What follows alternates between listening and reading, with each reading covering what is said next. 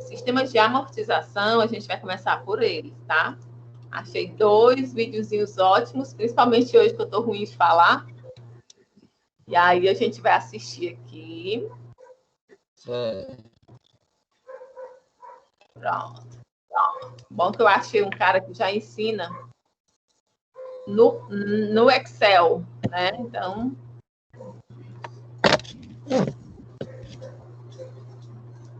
Deixa eu compartilhar aqui contigo.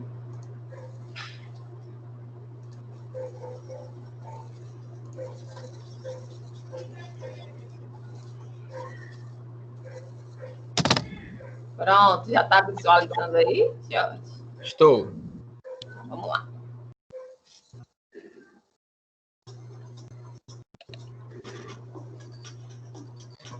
Confirma se tu está ouvindo quando eu começar a falar. Olá. O objetivo deste vídeo é apresentar 2 sistemas de amortização muito comuns no Brasil. A tabela Price, que consiste em um sistema de pagamentos constantes, e o sistema de amortização constante, o SAC, em que os pagamentos variam ao longo do tempo. Antes de partirmos para a construção das tabelas em planilha em Excel, vejamos alguns conceitos importantes. Saldo devedor é quanto uma pessoa deve em determinado momento. Antes do primeiro pagamento, o saldo devedor é exatamente o valor emprestado. Isso significa, se emprestar 20 mil hoje, antes do primeiro pagamento, meu saldo devedor é exatamente igual a esse valor.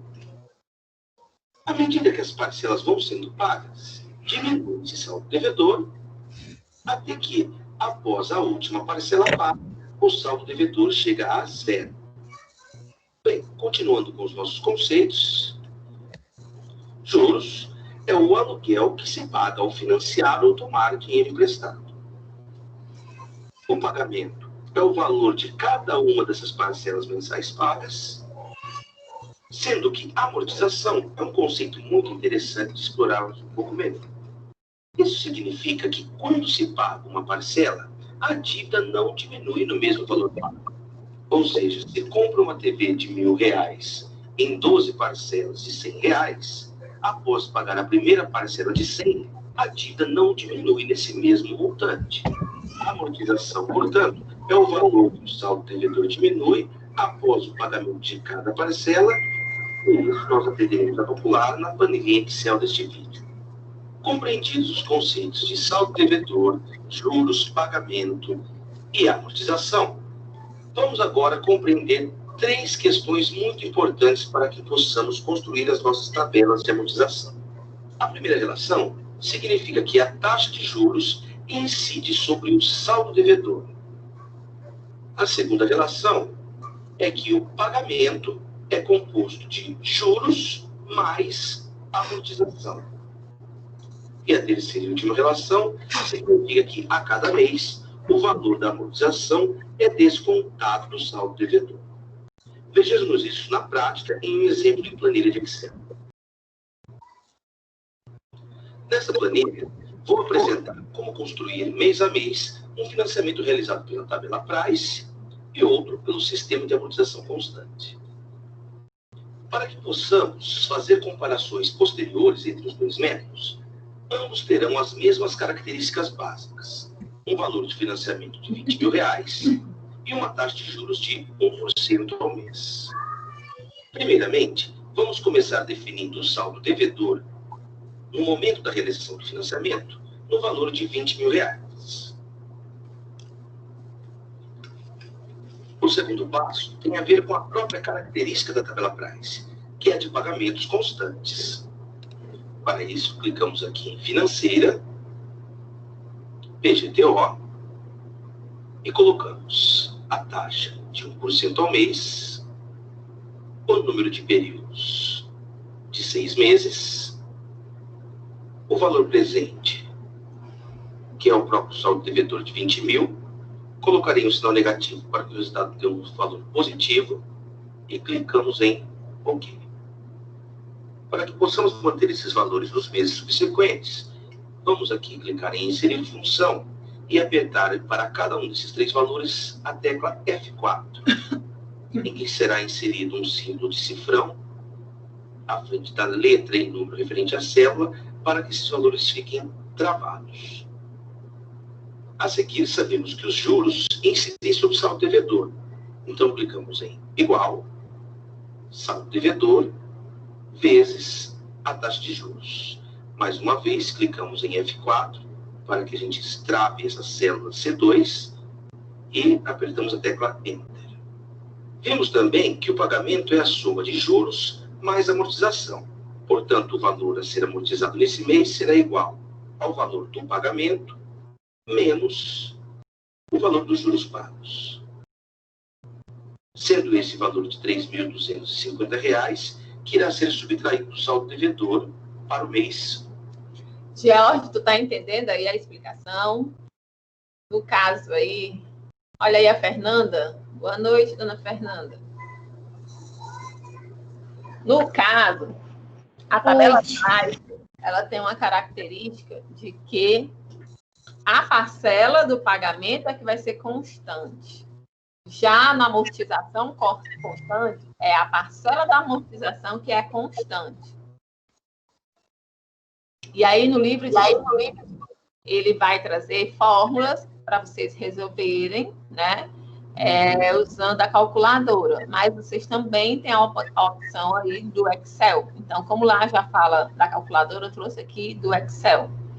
Aí, qual é a ideia? Uma pessoa pegou R$20.000 emprestado a uma taxa de 1% por 6 meses.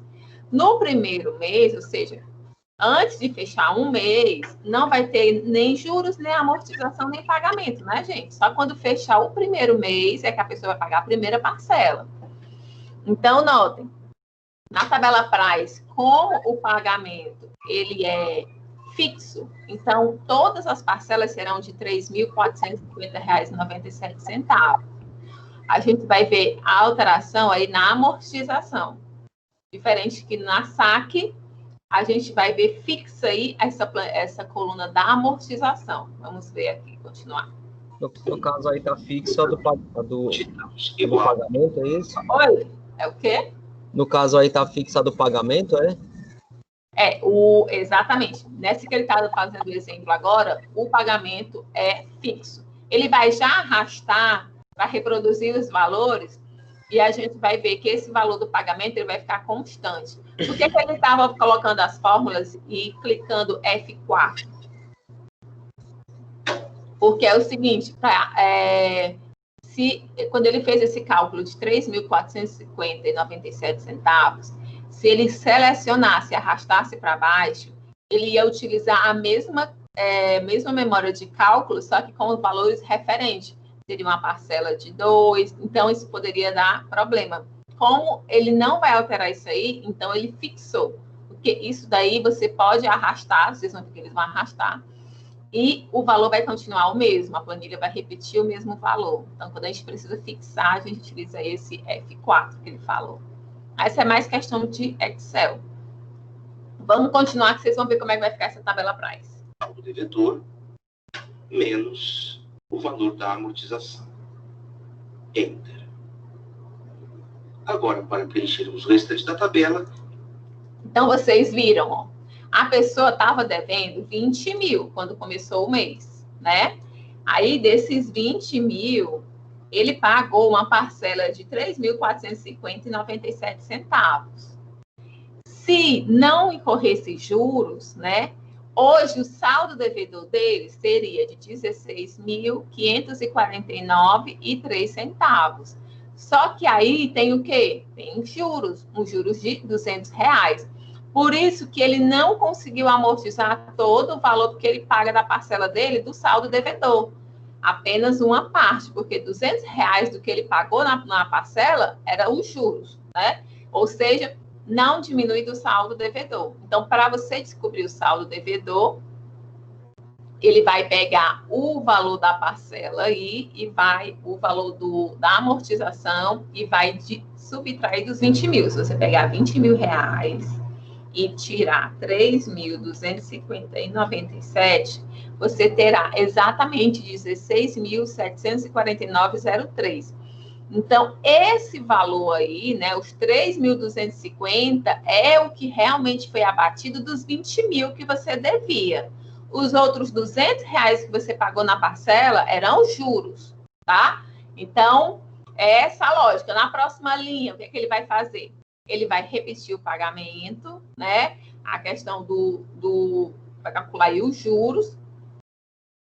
E ele vai pegar o quê? O valor da amortização e vai subtrair agora de R$ 16.749,03. Então, vai sempre assim, vai diminuindo a amortização da linha atual do saldo devedor da linha anterior. Compreendido? Deu para entender, gente? Deu sim, viu? Tô entendendo aqui. Tá, então vamos lá. Selecionarmos todas essas 4 células, clicarmos aqui no canto inferior direito dessa célula e arrastar até o mês 6. Veja que desta forma conseguimos ver como se comporta o saldo devedor desde o primeiro pagamento da parcela até o último, em que ele é zerado. Agora vamos preencher a tabela referente ao sistema de amortização constante. Vocês viram aí, né? Ele preencheu toda a price. Então, pagamento fixo ficou o mesmo valor em todos os meses. A amortização variou, porque também variou o quê? Os juros, né? Porque os juros vai ser sempre em cima do saldo devedor anterior. Por isso que vai havendo essa variação até que o saldo devedor zerou, né? Ou seja, você quitou a sua dívida. Então, observem que só o que fica fixo na price é a parcela. Definindo o saldo devedor em R$20.000. No caso da tabela SAC, sabemos que o valor das amortizações é que são constantes. Portanto, damos igual R$20.000 dividido pelo número total de parcelas. Em que precisamos fixar essas células apertando a tecla F4, tanto para a célula K6 como para a célula G12. Outra coisa que vimos é que os juros incidem sobre o saldo devedor, então 20 mil vezes a taxa de juros de 1% ao mês, em que vamos fixar aqui apenas a célula da taxa de juros, apertando a tecla F4. O pagamento nada mais é do que a soma da parcela amortizada mais os juros pagos.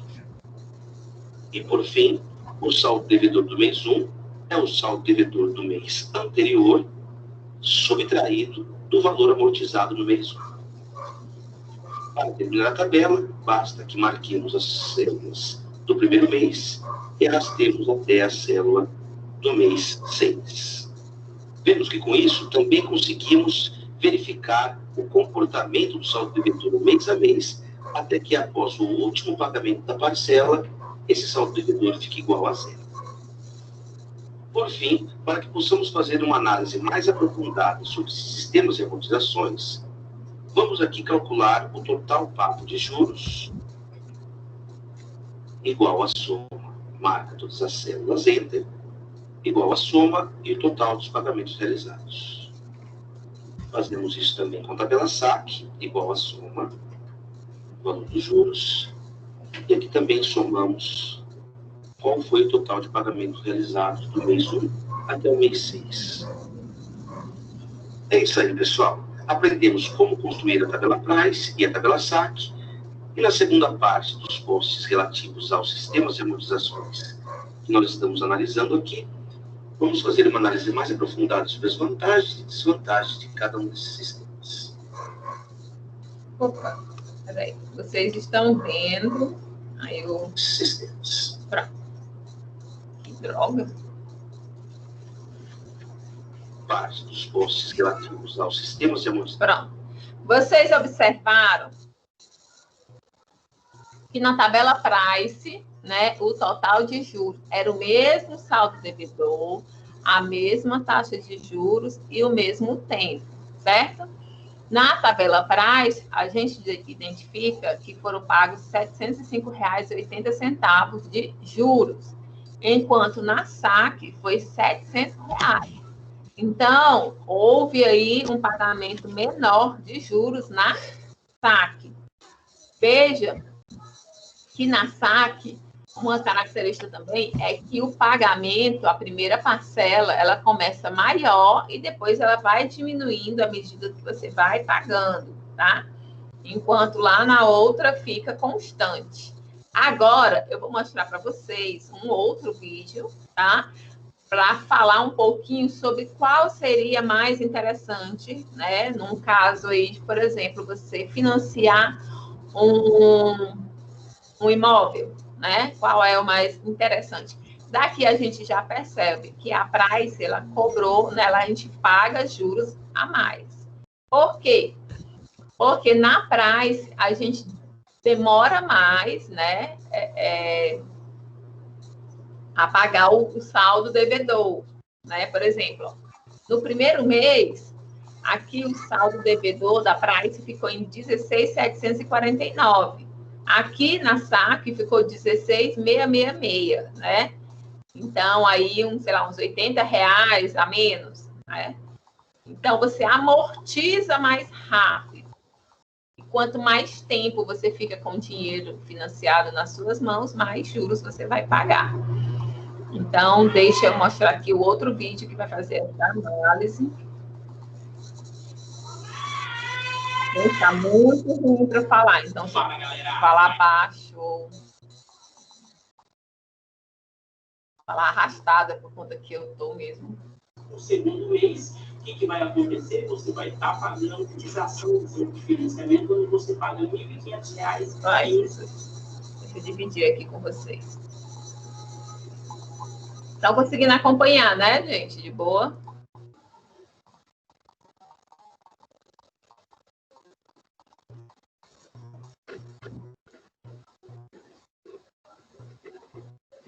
Fernanda, Dona Roberta. Oi, Dona Roberta, senti sua falta na aula passada. Fernanda recebeu os seus livros, começou a estudar.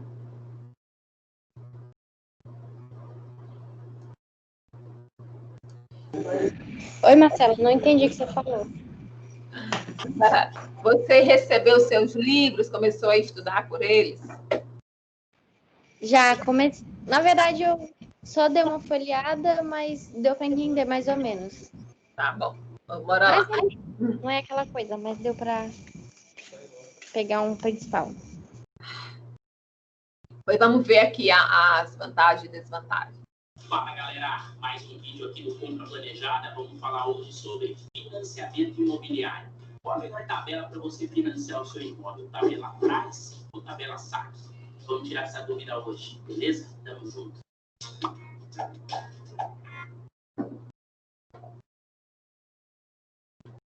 Bom, antes de mais nada, aquele momento blogueiro, né? Então, se você não é inscrito no canal, peço que você se inscreva aí. Te convido a se inscrever para você não perder mais nenhum vídeo quando tiver atualização a respeito aí, vídeos de inteligência financeira, compra planejada, formas de adquirir seus bens de uma maneira mais inteligente. E já deixa seu like aí no vídeo que me ajuda muito. Mas vamos lá, vamos embora, vamos falar sobre como é que funciona a tabela Price e a tabela SAC, né? Que é uma dúvida aí que muita gente tem. Não é simples. A tabela Price e SAC, ela refere-se ao sistema de amortização que o seu contrato vai seguir, tá? Então, basicamente, existem dois sistemas. Existe o sistema Price, né, onde a sua parcela é fixa ao longo do contrato, porém, a sua amortização, ela varia. Ela começa mais baixa e depois ela vai aumentando ao longo do tempo. Vou dar um exemplo para ficar mais claro. Imagina você fez aí um contrato de financiamento onde você paga R$1.500 inicial, é a primeira parcela que você vai pagar. Então, nesse caso, por exemplo, né, fictício, você iria pagar R$400 de amortização do seu contrato e R$1.100 de juros, né, o componente de juros desse empréstimo, desse financiamento. Imagina você que você está pagando essa parcela ao longo do tempo e lá no 12º mês, o que vai acontecer? Você vai estar pagando os R$1.500 ainda, né? Porque a parcela é constante. Porém, a amortização sua vai ser diferente. Em vez de você amortizar R$400, nesse caso você vai estar amortizando R$500. A sua amortização aumentou. Então, o componente de juros não seria mais R$1.100, seria apenas R$1.000, totalizando aí 1.000 de juros, mais 500 de amortização, R$1.500. Então, nesse caso, a amortização ela é crescente, porém a parcela ela é fixa até o final.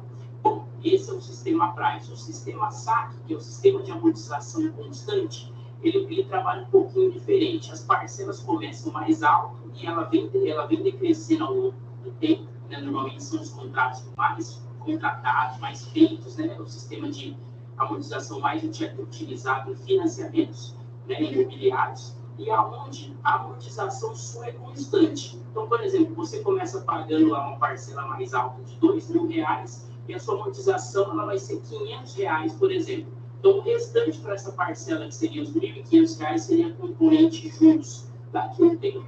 Né? Daqui 12 meses, o que vai acontecer? Você não vai estar pagando mais R$2.000 de parcela, por exemplo. Seria estar pagando aí R$1.500. O que vai acontecer? A sua amortização do seu saldo devedor é a mesma, então você teria R$500 de amortização, e essa diferença para completar os 1.500 seria R$1.000, que seria o componente de juros. Então, você, com a tabela SAC, você acaba fazendo aí um pagamento, uma amortização constante, como o próprio nome diz. Então, basicamente, seria esse a diferença entre a tabela SAC e o financiamento price, é o sistema de amortização da sua dívida. Muita gente me pergunta o que é melhor nesse caso, se é financiar na price, se é financiar na SAC. Bom, partindo do ponto onde a ideia é economizar dinheiro com juros, economizar no final, né, o custo efetivo da operação ser mais baixo, a tabela SAC é a melhor opção, sem dúvida. Porém, ela é a melhor opção, ela é recomendável, mas nem sempre ela é possível. Por quê? Vou te explicar. Ela não é possível, muitas das vezes, porque ela requer todo o financiamento imobiliário, ele pede que a parcela do seu financiamento não ultrapasse 30% da renda familiar. Então, muitas das vezes, como a tabela SAC, né, o sistema de amortização constante, ele acaba começando com uma parcela bem mais alta, então muitas das vezes não é acessível, né? Acaba ultrapassando a renda do familiar e a família não consegue fazer esse tipo de contratação, né? Fazer uma contratação de financiamento que é regido por esse sistema de amortização. Então, qual é a única opção que vai ter? Vai ser a tabela price, porque a tabela price, normalmente, ela tem uma parcela mais baixa do que a tabela SAC. E nesse caso, a parcela é mais baixa, então ela se adequaria melhor à renda, e o cliente, nesse caso, ele é obrigado a pegar a tabela price. Mas aí todo mundo fala, pô, Danilo, mas se a tabela price tem uma parcela mais baixa, por que não é melhor, não é recomendado do que a tabela SAC, por exemplo? Bom, é simples. A tabela SAC, como você faz uma amortização constante, você amortiza mais no começo do contrato. Isso faz com que a sua dívida, no final, os juros incidam com uma parcela bem menor da sua dívida.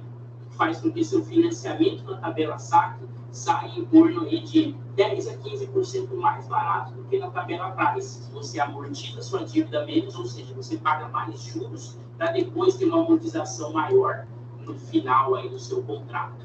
Legal? Então, bom, simplificamos aí esse assunto de tabela price e SAC de uma maneira bem simples. Espero que você tenha entendido como é que funciona. É bem tranquilo. Tá? Então, agora, quando você estiver na frente do seu gerente ou para contratar um financiamento imobiliário, você vai saber qual é a melhor opção para você poder fazer a sua compra de uma maneira mais consciente, sempre pensando em reduzir custos e economizar recursos. Legal? Para você que curtiu o vídeo aí, deixa um like. E aí, galera, entenderam? Tudo ok? Ok, ok? Tudo certo, show de bola. Foi tranquilo, né? Então, dê uma olhadinha lá no livro de vocês, mas é interessante essa questão da amortização, porque a gente usa no dia a dia, né? Importante. Saber, estar atento. Meu Deus, como dói para falar. Deixa eu colocar aqui o PowerPoint. Finalizamos, então, finalmente, matemática financeira. Já iniciamos semana passada a direito tributário e empresarial. Vimos a unidade 1, vamos para a unidade 2. Um instante.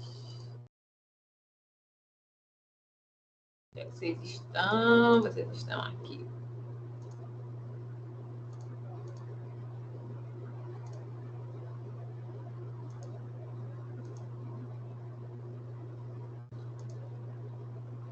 Galerinha, vocês já montaram as duplas de vocês já? ver. Eu não estou com o meu controle aqui agora. Do seminário.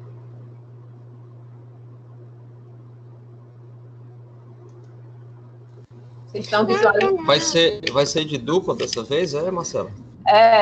Não falei com vocês ainda, não? Eu não me recordo, não. Acho que você não falou, não, viu? O seguinte. Vou reservar aqui para a próxima aula. Deixa eu só colocar aqui na minha agenda. Só está faltando. Seminário.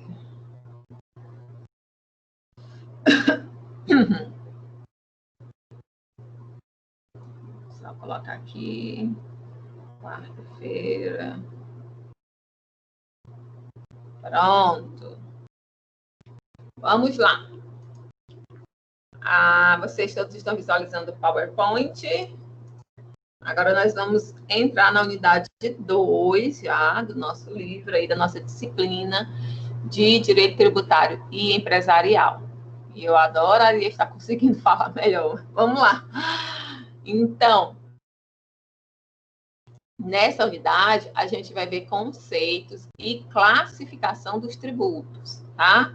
A gente vai buscar aí compreender o conceito de tributo e a sua aplicação prática no dia a dia, conhecer os principais tipos e classificações dos tributos, verificar como eles surgem e quem pode, né, instituí-los, e também conhecer as principais limitações que os entes federados, né, eles possuem quando eles vão instituir os tributos, tá? Vamos começar. Começando a brincadeira. Tópico 1, conceito e classificação dos tributos. Na aula passada, a gente ficou muito sobre a questão do direito tributário, né? A fontes e tudo mais. Agora, a gente vai falar dos tributos em si, tá? Lá no artigo 3º do Código Tributário Nacional, ele vai dizer que tributo é, vocês já conhecem, né? Que eu trouxe a aula passada, mas vamos lá. Toda prestação pecuniária em dinheiro, compulsória, obrigatória, né? Em moeda ou cujo valor nela se possa exprimir, que não se constitua uma sanção, né? Não pode ser uma penalidade, instituída em lei e cobrada mediante atividade administrativa vinculada. Então, o que é que ela é? Ela é uma prestação pecuniária, compulsória, instituída por lei e cobrada mediante o lançamento, mas não é uma sanção, tá? Começando aí pela classificação. No dia a dia, né, geralmente, a gente se refere, quando vai falar de uma forma geral a respeito dos tributos, a gente usa a expressão impostos. Por conta desses impostos. Mas, na verdade, é o seguinte, nem todo tributo é um imposto, mas todo imposto é um tributo. Vocês entenderam? O tributo é o pai, o imposto é o filho, tá? Então, todo imposto, a mesma coisa, todo imposto será um tributo, mas nem todo tributo será classificado como um imposto. Tanto o artigo 145 lá da nossa Constituição, tá? Como o artigo 5º do Código Tributário, eles vão estabelecer que os tributos são divididos nas seguintes espécies. Vamos lá, então tem impostos, taxas e contribuições de melhoria, ok? O Supremo, né, o STF, contudo, no desempenho das suas atividades de interpretar a Constituição, né, ele diz aí que existem 5 espécies de tributos. Temos os impostos, temos as taxas, as contribuições de melhoria, empréstimos compulsórios e as contribuições. 5, tá? A gente vai ver o que é cada um desses.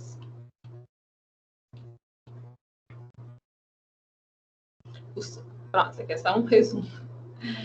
Classificação dos tributos. Tá aí, ó. Tributo é um gênero e quais são as suas espécies? Impostos, taxas, contribuições de melhoria, empréstimo compulsório e as contribuições. E aí vocês encontram também a base legal, né, de cada um. Uns estão previstos, os 3 primeiros, no artigo 145, o outro empréstimo compulsório no 148 e as contribuições lá no 149.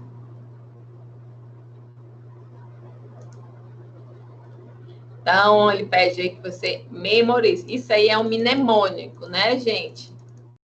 Time, contribuição, né? O mnemônico é algo que você utiliza para formar uma palavra. São métodos que você utiliza de frases, tudo para você lembrar, né, de algo que você quer decorar. Né? Então, ele bota aí time, contribuição, porque o T é de taxa, o I de impostos, o M de contribuições de melhoria, o E de empréstimo compulsório e contribuição de contribuições mesmo. Vamos começar, então, falando sobre impostos, né? Que é a espécie aí mais comum do tributo. Então, de acordo com o Código Tributário, ele vai dizer que imposto é o tributo cuja obrigação tem por fato gerador uma situação independente de qualquer atividade estatal específica relativa ao contribuinte.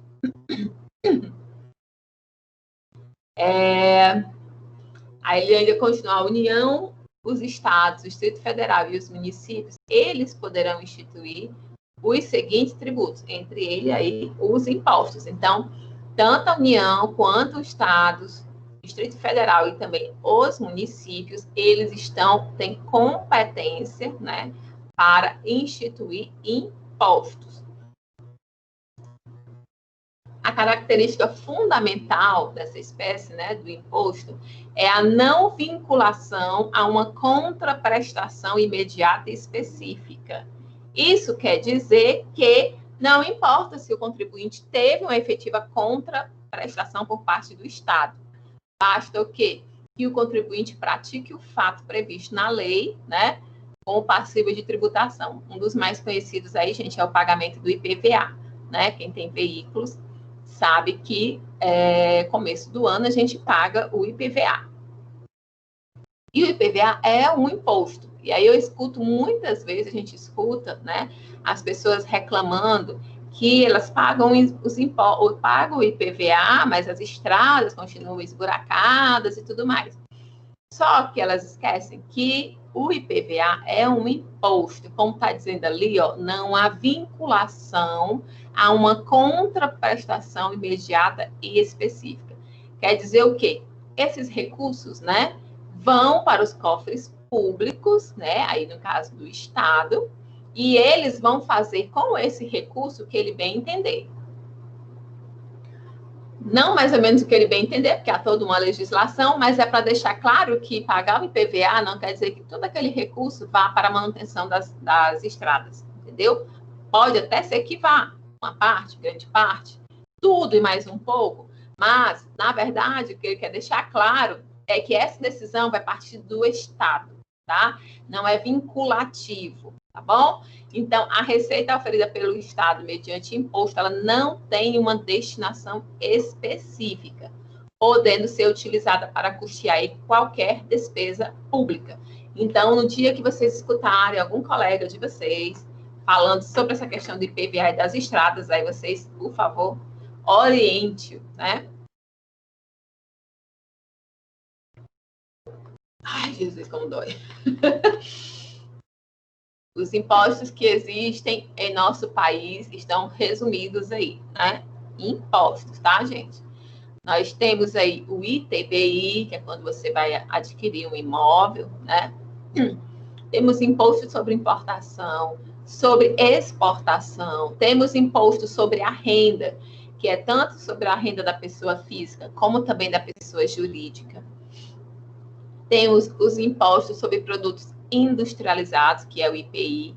Temos também sobre as operações financeiras, que a gente conheceu agora na matemática financeira, que é o IOF. Temos também sobre propriedade rural, sobre grandes fortunas, impostos residuais, extraordinário de guerra, sobre propriedade de veículo automotor, sobre propriedade territorial urbana, que é o IPTU, tá? e outros aí. Então, trago aí para que vocês conheçam quais são aí. Ou seja, é imposto mais. É imposto para tudo que você vai fazer, tem um imposto. E a classificação dos impostos, né? Nós teríamos aí impostos diretos e indiretos, reais e pessoais, fiscais e extrafiscais, progressivos, proporcionais e seletivos. Os fiscais são aqueles que têm a finalidade meramente arrecadatória, ou seja, o único objetivo é trazer dinheiro aos cofres públicos, tá? Então, são os impostos fiscais. Os impostos extrafiscais, né, além da função de arrecadar recursos, eles também têm a finalidade de regulamentar o mercado, assim como também a economia, como no caso do imposto sobre importação. No semestre passado, a gente estudou economia, né? A gente viu sobre essa questão do controle entre a quantidade de recursos que entram e saem do país. Então, às vezes, o governo, o Estado, né, ele precisa agir para regular essa quantidade de importação e exportação. E aí não tem aquele imposto aqui, né? Imposto sobre importação e imposto sobre exportação.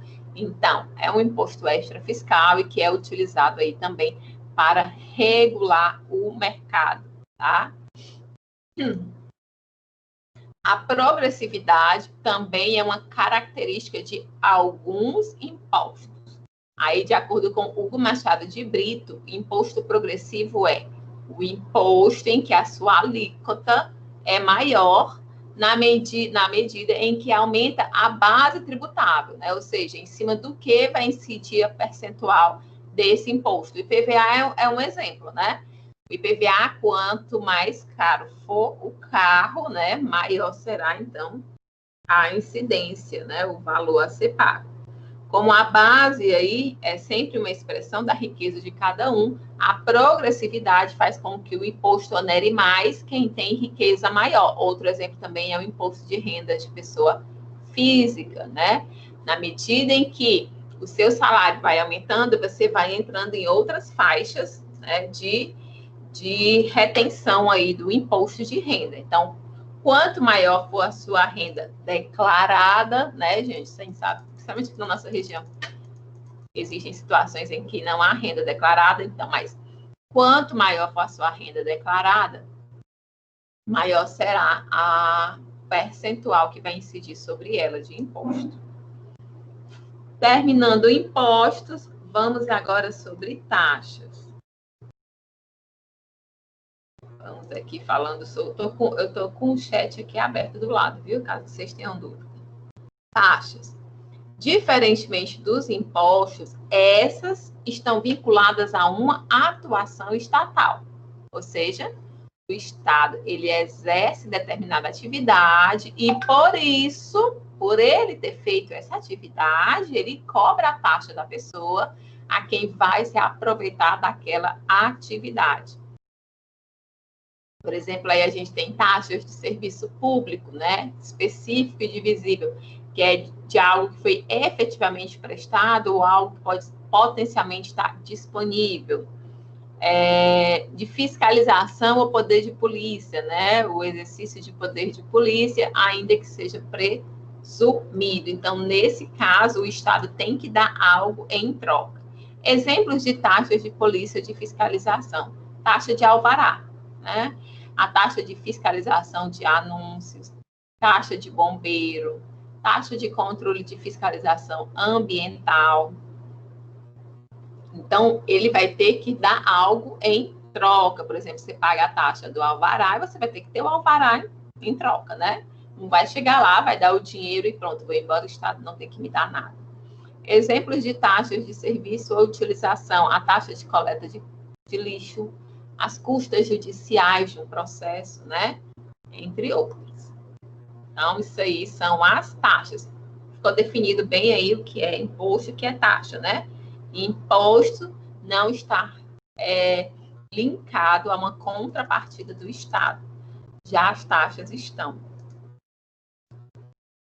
E a gente viu que os impostos extrafiscais, gente? Ai, meu Deus.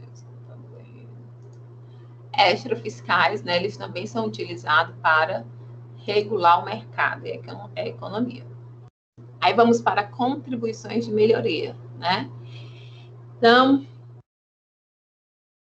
é um tributo que vai estar previsto na Constituição Federal, que ele vai dizer o seguinte: a contribuição de melhoria cobrada pela União, pelos estados, pelo Distrito Federal ou pelos municípios, no âmbito de suas respectivas atribuições, é instituída para fazer face aos custos de obras públicas de que decorra aí uma valorização imobiliária. Imagina, pronto, quem já veio aqui em casa já sabe pegar os livros, né? O George já veio, sabe como é. Não tem calçamento ainda nessa minha parte da rua aqui. Nem tem asfalto, né? No loteamento todo. Vamos dizer que eles fossem fazer isso daí, então eles poderiam cobrar essa questão da contribuição de melhoria, porque quando eles fazem isso, há uma valorização, né, da casa, do imóvel. E aí, tendo como limite total a despesa realizada e como limite individual o acréscimo de valor que da obra resultar para cada imóvel beneficiado. Então, isso aí seria a contribuição de melhoria. Então, ela se apresenta como um tributo que é cobrado ao contribuinte que, na qualidade de proprietário do imóvel, foi beneficiado aí por obra pública. E o objetivo é financiar os custos dessa obra pública que resultou na valorização do imóvel. Um outro exemplo, as obras de arborização, pavimentação, esgotos pluviais, entre outras. Aí aqui a diagramação dos limites que foi falado lá, né?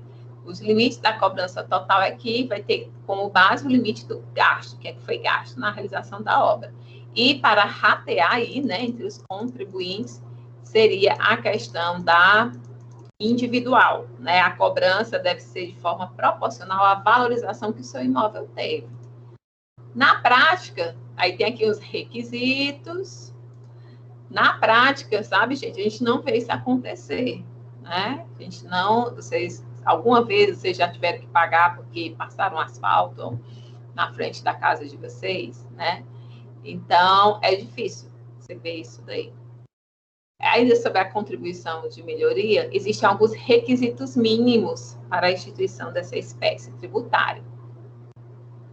Tem que haver uma publicação prévia de edital, onde lá tem que ter o memorial descritivo do projeto, o orçamento do custo da obra, a determinação da parcela do custo da obra a ser financiada por essa contribuição.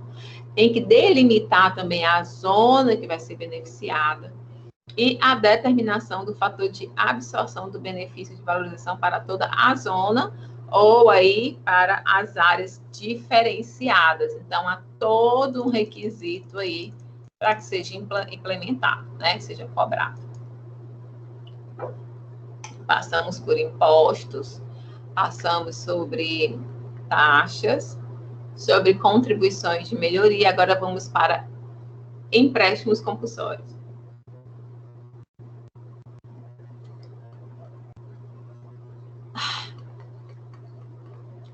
Os empréstimos compulsórios, eles também têm uma fundamentação constitucional e ela só poderá ser instituída pela União, ou seja, um Estado, um município, o Distrito Federal, eles não têm competência para esse tipo de tributo, para cobrar esse tipo de tributo, tá?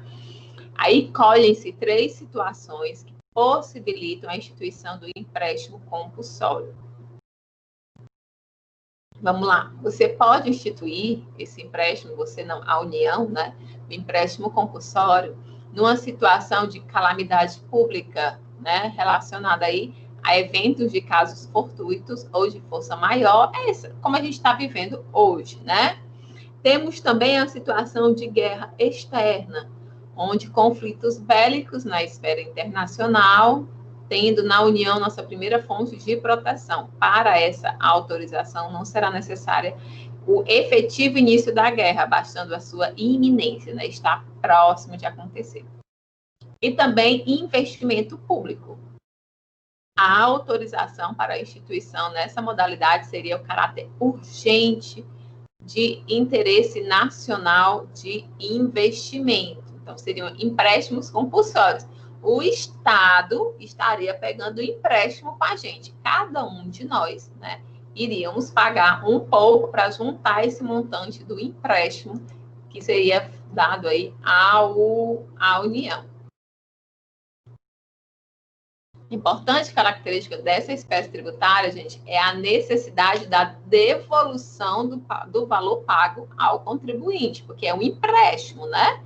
O prazo e a forma de devolução, eles deverão constar na lei instituidora deste tributo. Então, é preciso já estar lá, né, as condições desse empréstimo. Um exemplo, né, de quando aconteceu isso daí foi no governo do Collor, onde ele confiscou as poupanças de todos os brasileiros. Eu não sei se vocês lembram, já estudaram isso, conhecem alguém que passou por isso.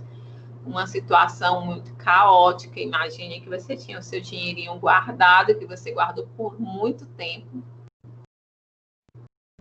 E aí o governo confiscou, né? Mas como ele foi criado de forma ilegítima, porque não havia uma situação de calamidade, de guerra, ou era para um investimento, na verdade ele confiscou, porque existia um desequilíbrio do cenário econômico, além do que ele foi instituído, né? Lembra que tem que ser instituído pela União? Ele foi instituído por meio de uma medida provisória e não por uma lei complementar, ou seja, não foi utilizada a forma correta.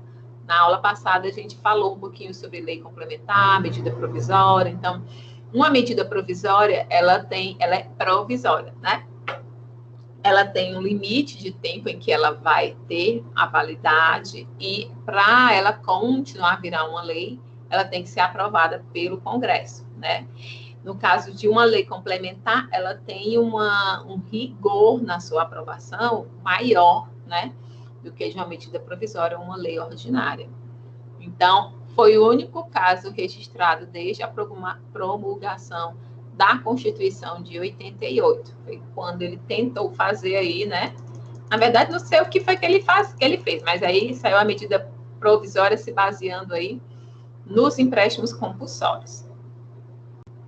E aí foi um tal de gente, entrando na justiça, Deus nos acuda. Mas aí na época, ele conseguiu confiscar todas as poupanças, foi? Ele confiscou. Aí o pessoal começou a entrar na justiça. Teve gente que foi, até um tempo atrás, ainda estava para receber. Só entrou na justiça, para poder reaver esse valor. Uhum. Acho que, isso aí foi em 1900, sei lá. Deixa eu ver quando foi que o Collor entrou, foi em 90. Eu tinha o quê? Tinha uns 8, 9 anos.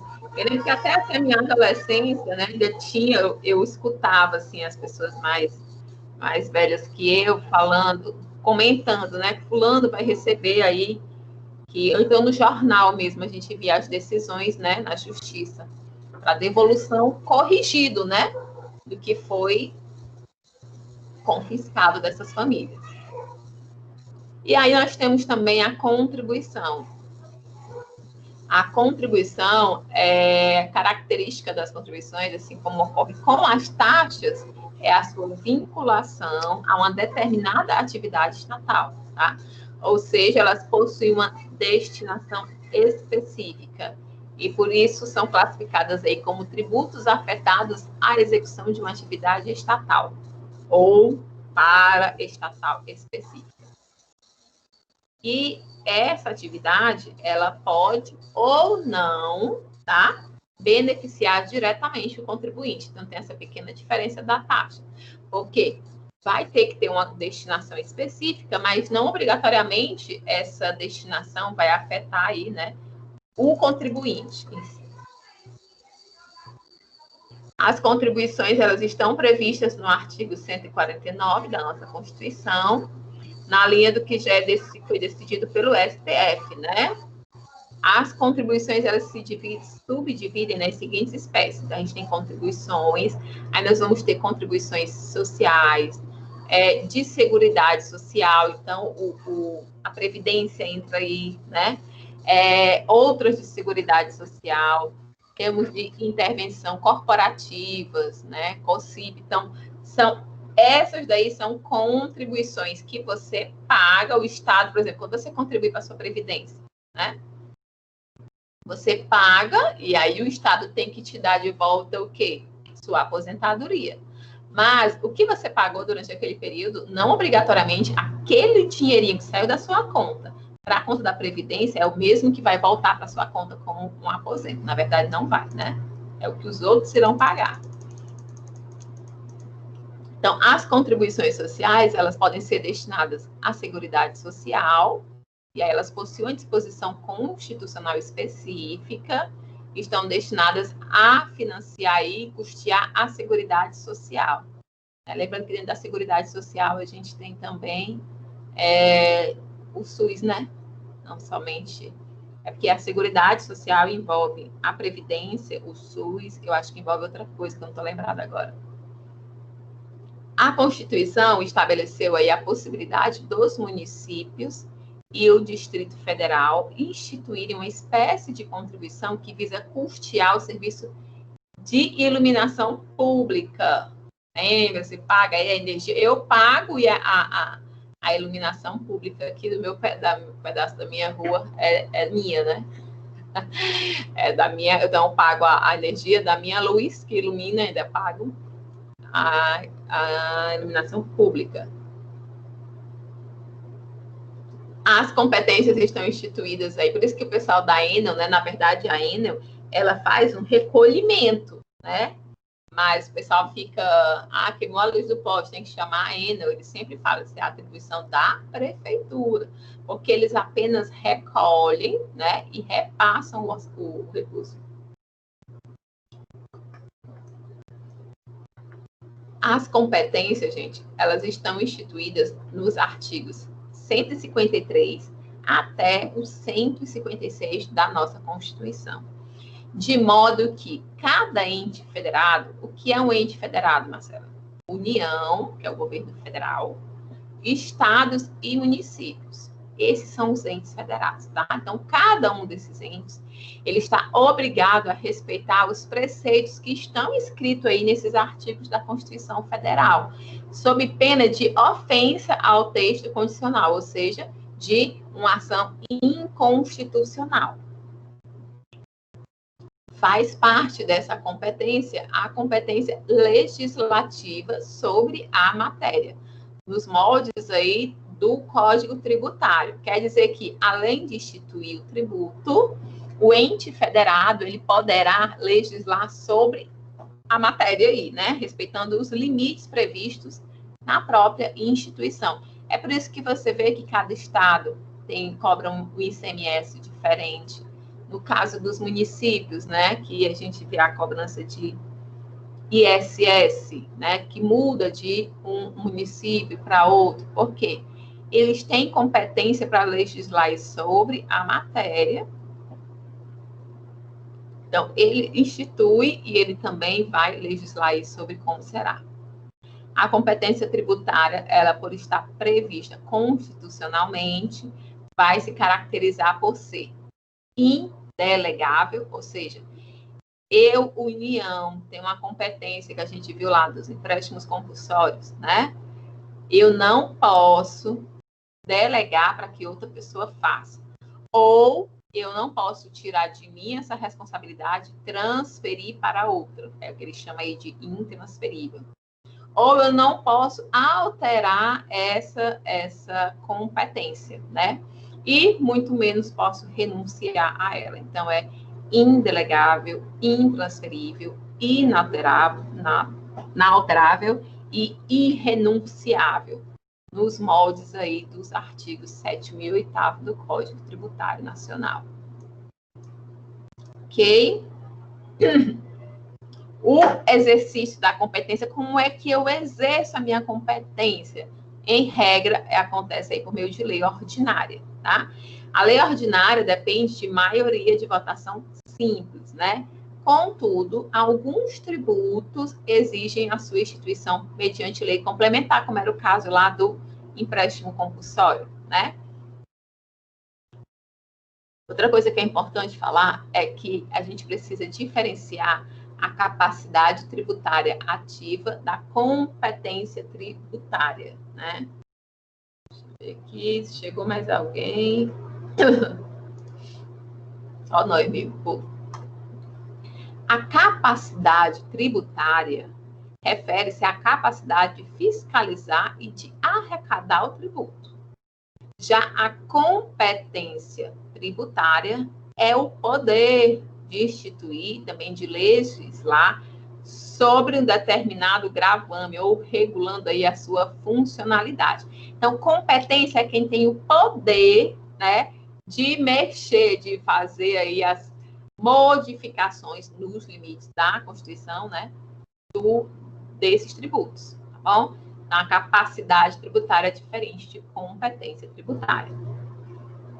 Dessa forma, as entidades parafiscais, como conselhos profissionais, que é o CREA, a OAB, né, CRA, CRC, elas possuem capacidade tributária ativa para arrecadar e também fiscalizar determinados tributos, embora eles não possuam competência tributária. Então, é uma entidade que tem uma capacidade tributária, né? Ela pode fiscalizar e arrecadar, mas ela não tem competência tributária, ou seja, ela não pode instituir outros tributos, apenas vai arrecadar.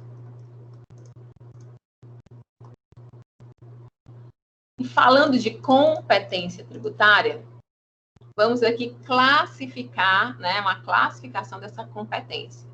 A doutrina jurídica, ela classifica a competência tributária em privativa, comum, cumulativa, residual e extraordinária. A competência privativa refere-se à competência que a Constituição Federal atribuiu a cada ente federado, tá? Para eles conseguirem instituir determinado tributo, e só vai poder ser exercida por aquele mesmo ente. Então, competência privativa é privado, né? Só ele é que vai poder exercer alguma influência e legislar sobre aquele tributo. E quem é que está dizendo isso? É a Constituição Federal. Aí a gente tem aqui os exemplos, né? A União, por exemplo, a União, ela tem uma competência privativa, ou seja, só ela que vai cobrar o imposto de renda sobre pessoa física e jurídica. Só ela que pode cobrar IPI, né? IOF e todos esses outros IS aí que tiver empréstimo compulsório, contribuições sociais. Aí isso é privativo da União. Dos estados. O estado, né, ele pode arrecadar ICMS, tanto arrecadar quanto legislar, né, gente? ICMS, esse outro aí que eu não lembro, IPVA, contribuições sociais para o custeio do sistema de previdência e assistência social dos seus próprios servidores, né? A mesma coisa para os municípios, mas os municípios ainda têm o IPTU, o ISS, que é sobre serviços, o ITBI, que é sobre essa transferência de bens imóveis, né? Lembrando que o Distrito Federal, né, ele é um estado e um município ao mesmo tempo. Então, ele tem aí a competência privativa dos estados e dos municípios para ele, tá? Ele tem essa competência. Então, isso é o que a gente chama de competência privativa. Ah, o estado aqui do Ceará, ele pode cobrar IPTU? Não. Não pode, tá? E ele também não vai poder legislar a respeito de determinar quando é que vai ser pago, não pode. Competência comum concorrente.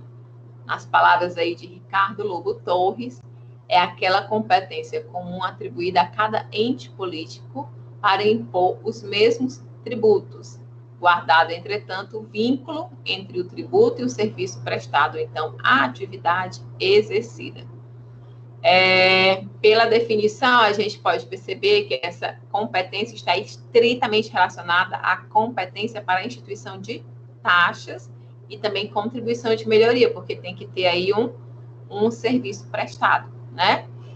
Por exemplo, no âmbito estadual, o contribuinte pode, ao mesmo tempo, ter de pagar uma taxa de bombeiro, que é de âmbito estadual, e uma taxa de licenciamento ambiental para o IBAMA, que é de âmbito federal, tá? Então, essa comum, né, concorrente, paga aos dois. Competência cumulativa. Aplica-se aí ao Distrito Federal, que, de forma cumulativa, como a gente viu lá, ele pode instituir tanto tributos de competência estadual como também municipal. A ideia do termo aí da competência residual é justamente a gramatical, né? Ou seja, é o que sobra. Assim, a União pode instituir novos impostos ou contribuições destinadas à Seguridade Social, além daquelas que já estão autorizadas pela legislação, tá? Claro que ela não pode ocorrer ao livre-arbítrio aí do legislador. Então, essa competência residual, ela tem que ser por lei complementar, não cumulativa. O fato gerador tem que ser diverso daqueles que já estão discriminados, por exemplo, vai fazer um outro imposto sobre a renda, já tem o imposto de renda, né? A base de cálculo é diversa daquelas já discriminadas na Constituição. Temos ainda, como a gente viu lá, a questão da competência extraordinária, também é destinada aí à União, também prevista na Constituição Federal, onde tem lá no inciso 2 do artigo 154. Na iminência, ou no caso de guerra externa, impostos extraordinários, compreendidos ou não em sua competência tributária, os quais serão suprimidos gradativamente, cessadas as causas de sua criação. Ou seja, sobre esta modalidade, a sua cobrança poderá ser imediata, representando aí uma verdadeira exceção ao princípio da anterioridade anual e nonagesimal, que a gente vai ver um pouquinho mais à frente, tá? Ou seja, extraordinária, extra, né? Foge do normal, do comum. E os limites no poder de tributar, o pessoal vai fazer aí do jeito que quer. A Constituição, né, preservando a interferência na soberania estadual, no patrimônio dos contribuintes, tentando resguardar um pouco, né, os contribuintes, elencou diversos princípios e imunidades que limitam essa atividade de tributação que é desempenhada pelo Estado. Tal característica é inerente a qualquer Estado democrático de direito. Que é um Estado democrático de direito? É o Estado onde as pessoas têm direito a ter direitos, né? É um local onde há uma democracia, onde todas as pessoas são tratadas com igualdade. Hoje a gente vive um pouco um momento de exceção, né? Esse Estado democrático de direito, ele está um pouco bambo, tá? Mas, num Estado democrático de direito, há uma preservação, uma limitação para que o Estado não se torne autoritário, né? E comece a se apropriar do patrimônio dos contribuintes da forma que bem quiser. Os princípios, eles são necessários para nortear o direito e servem como responsáveis para definir a estrutura básica, os fundamentos do nosso ordenamento jurídico. Lá do texto constitucional, eles já tiram aí alguns princípios tributários. A gente vai ter a legalidade, só pode fazer aquilo que está na lei, né? A anterioridade, que é anual ou nonagesimal. A isonomia, tem também a capacidade contributiva, vedação de confisco, liberdade de tráfico de bens e pessoas e irretroatividade. Vamos ver aos poucos aqui. Da legalidade. Ninguém, vem lá do artigo 5º, gente. Ninguém neste país é obrigado a fazer ou deixar de fazer algo, senão em virtude de lei. Se aqui tivesse uma lei dizendo que a gente pode matar uma pessoa, a gente poderia matar e não ia ser preso, tá? Porque a gente pode fazer tudo que está permitido em lei e a gente não é obrigado a fazer o que não esteja previsto em lei. A mesma lógica se aplica aí ao âmbito tributário. Nenhum ente detentor da competência tributária, ele vai poder exigir ou aumentar um tributo se não houver uma lei que assim o estabeleça.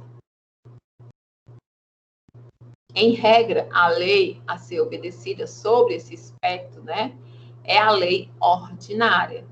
Contudo, há alguns tributos que, por sua disposição constitucional, a gente já viu que ele precisa ser estabelecido por lei complementar, como foi o caso lá dos empréstimos compulsórios. Vale dizer, onde há lei complementar, não existe espaço para a medida provisória, que foi o que aconteceu lá com o Collor. Não lembro o nome dele, Fernando Collor, né? Então, tributos que dependem de lei complementar, a gente tem os empréstimos compulsórios, impostos sobre grandes fortunas, impostos residuais e essas contribuições da Seguridade Social residual. Há de se destacar que o próprio texto constitucional estabelece algumas exceções ao princípio da legalidade, no tocante à majoração da alíquota, né? Quais são as exceções? CID, combustível, ICMS do combustível, IOF, IPI, IE, II, atualização monetária, o IE é o imposto sobre exportação, o II é o imposto sobre importação, a alteração do prazo de pagamento.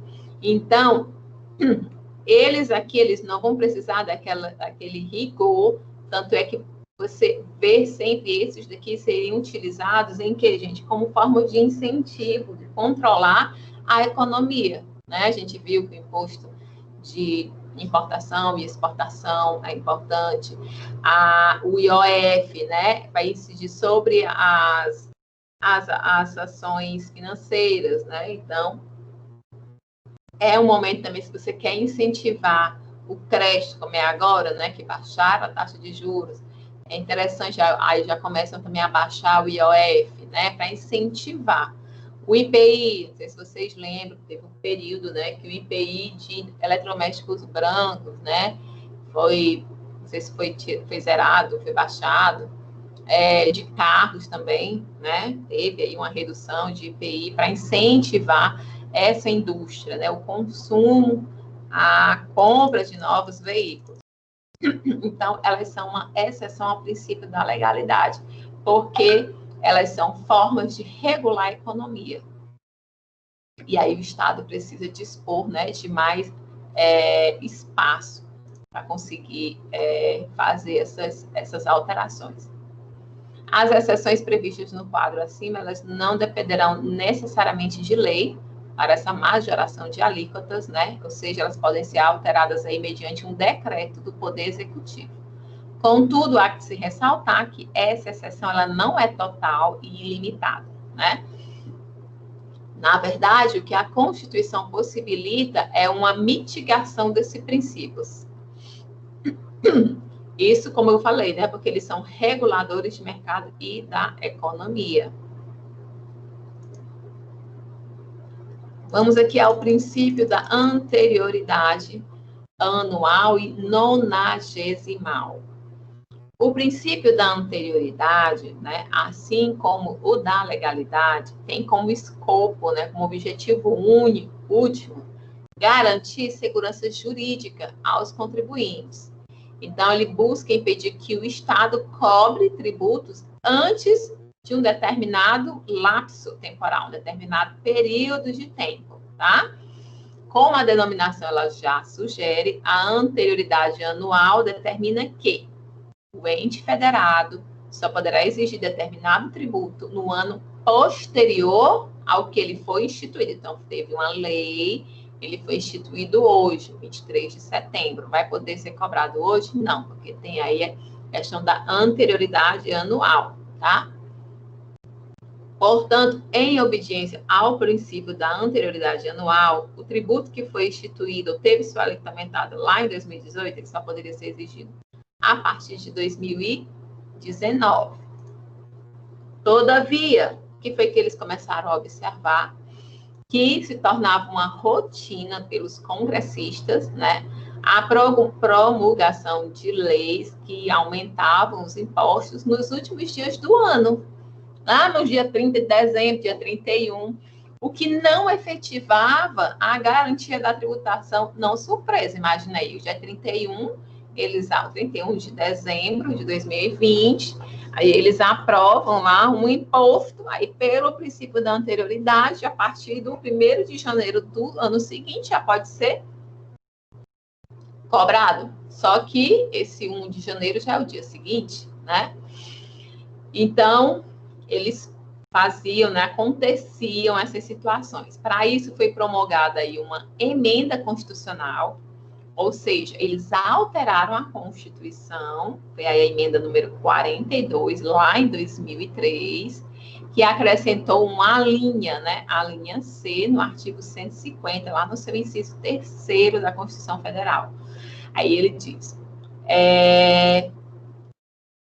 Com isso, eles estabeleceram a anterioridade nonagesimal. Então, a partir dali, além da obediência ao princípio da anterioridade anual, o ente tributante, ele também deve respeitar o prazo mínimo de 90 dias, a partir da promulgação da lei, para cobrar o tributo objeto da nova lei. Então, se o Congresso aprova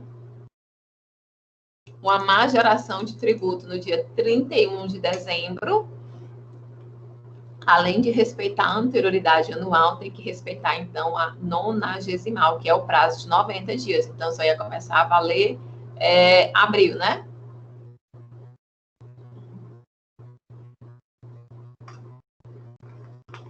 Ai, Jesus, eu nunca quis tanto com a aula acabasse. Desculpa. Princípio da anterioridade anual e nonagesimal. Ele traz um exemplo aí. Uma lei promulgada no dia 1 de novembro de 2018, pela anterioridade anual, ela já poderia entrar em vigência, né? Ser cobrada no dia 1 de janeiro de 2019. Mas como também precisa obedecer à anterioridade nonagesimal, na verdade, ela só vai poder ser cobrada no dia 29 de janeiro de 2019, transcorridos aí 90 dias. Importante mencionar que na anterioridade nonagesimal deve-se respeitar o prazo de 90 dias, que não significa o prazo de 3 meses, ou seja, o prazo tem que ser contado dia a dia, tá, gente? Não arredonde aí. Igualmente ocorre com o princípio da legalidade, né? O princípio da anterioridade, ela também possui algumas exceções. Quais são, né? As exceções à anual é o imposto sobre a exportação, importação, IPI, IOF, ICMS sobre combustível, e empréstimo compulsório para calamidade pública. E que são exceção aí para o nonagesimal, imposto sobre exportação, importação, operações financeiras, o imposto de renda, tá ok? Essas são as exceções ao princípio da anterioridade anual e nonagesimal. Tudo bem até aqui, gente? É fácil, né? É de boas, eu acho. Temos também o princípio da irretroatividade. Nenhum ente federado ela poderá cobrar tributos de fatos geradores passados. fixados. Ou seja, a cobrança aí dos tributos ela só ocorrerá em relação a fatos geradores ocorridos após a vigência da referida lei. Tá? Ou assim, o contribuinte, ao realizar suas operações comerciais, financeiras e empresariais, poderá planejar de forma segura os seus investimentos. Então, se aquela lei lá, essa daqui, ó, só ia valer a partir do dia 29 de 1 de 2019, vamos dizer que fosse, sei lá, ICMS, né? E aí você comprou alguma coisa, teve que pagar o ICMS aqui no dia 5 de janeiro, né? Você vai pagar o valor que era válido em 5 de janeiro. Quando chegar lá no dia 29 de janeiro, ele não vai poder retroagir e pedir, mesmo que não tenha chegado ainda, que você pague o valor novo, tá? Princípio da isonomia, aí é uma ideia trazida, é a mesma exposta por Aristóteles, né? O ente federado, ao instituir tributos, ele deve tratar de forma igual os iguais e de forma desigual os desiguais, em forma de buscar um equilíbrio de tratamento, que a gente chama de equidade. O que é isso? Pronto, como imposto de renda, né? O imposto de renda é você tratar aqueles que têm a mesma capacidade, né? E eles vão ter o mesmo tratamento. Mas os que têm uma capacidade maior, você não pode tratar igual aos outros. Então, eles são desiguais, né? Por exemplo, quem ganha, vocês acham que seria justo? Quem ganha R$2.000 pagar a mesma quantidade, né? O mesmo percentual de imposto de renda de quem ganha R$20.000, né? É nesse sentido. O princípio da capacidade contributiva, né? Vai estar estritamente vinculado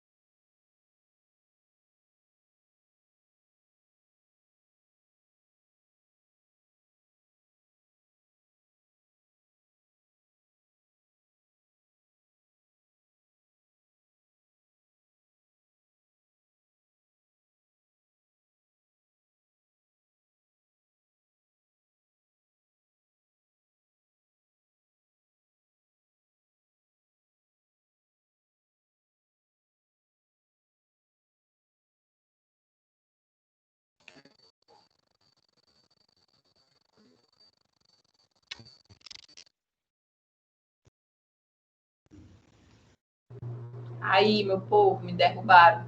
Vocês estão me ouvindo?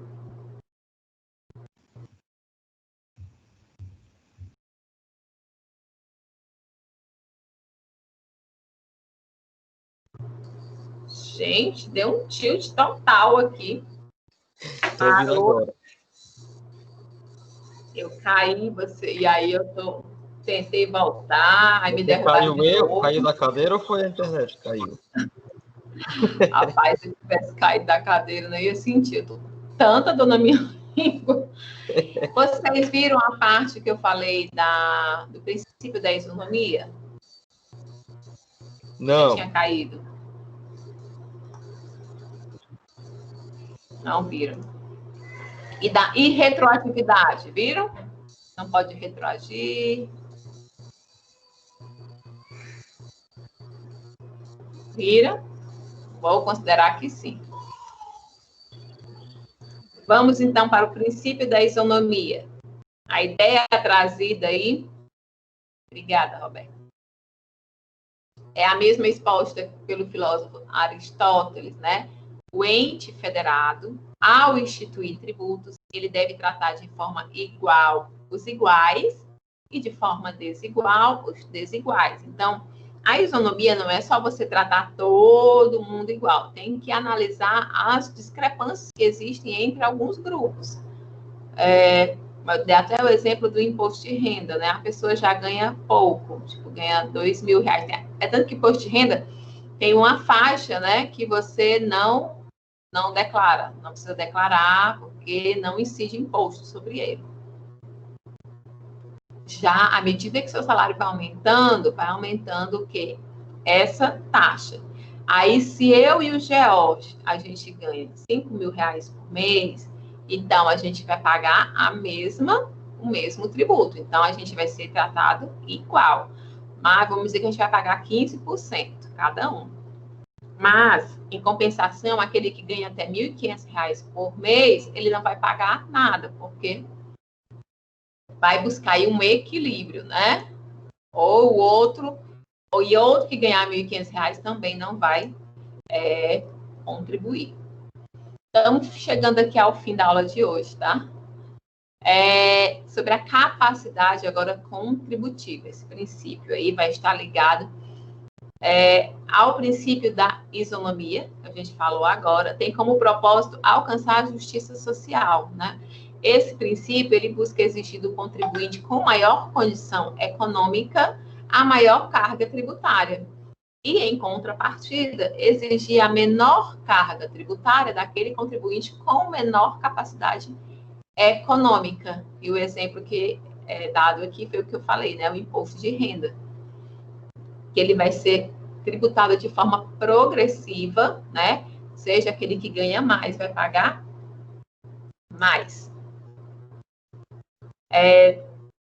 A capacidade econômica não pode se confundir com capacidade financeira, né? Por exemplo, aquele contribuinte que, não possuindo patrimônio, venha a herdar um imóvel, tornando-se aí um proprietário, ele terá que pagar IPTU, mesmo que ele não tenha disponibilidade financeira. Vai ter que dar o seu jeito, tá? Por quê? O que vale aí é que ele tem um imóvel e ele precisa pagar sobre aquele imóvel. Outro conceito que surge deste princípio é o de mínimo vital ou mínimo necessário. O mínimo vital, ele busca resguardar a dignidade da pessoa, né, que é um dos direitos fundamentais previsto no artigo 5º da Constituição. A essência desse conceito é garantir que o contribuinte ele não seja tributado por renda ou capital mínimo necessário para a sua subsistência.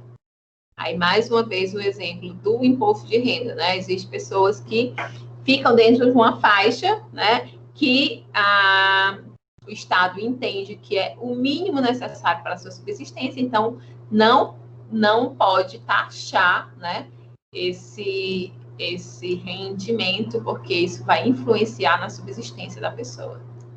Essas duas observações aí sobre a capacidade contributiva. O princípio da vedação de confisco.